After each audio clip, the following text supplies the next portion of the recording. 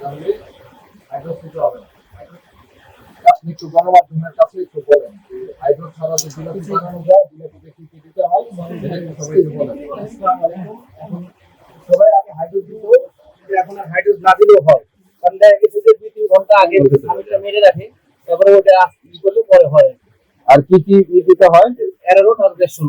আপনি কিভাবে বানানোর প্রক্রিয়াটা একটু আমাদেরকে পরিষ্কারভাবে জানান, সেটাই না। কিছু সিক্রেট জিনিস আছে সে তার কাছে রাখুন, কিন্তু আপনি বলেন যে কোন উপাদানগুলি ব্যবহার করেন হাইড্রোজেন পরিবর্তে, সেটা বলেন। হ্যাঁ, সেটাই বলেন। ময়দা তো লাগেই, ময়দা, বেসন, অ্যারারুট, আর একটা সামান্য খাবার সোডা। হাইড্রোজ ব্যবহার করেন না।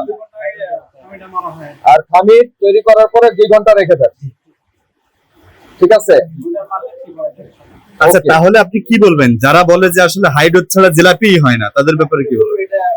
এটা তারা ভুল বলে, চেষ্টা করলে হবে, আগে মেরে রাখতে হবে, সাথে সাথে করলে হবে না, সময় একটু বেশি লাগে।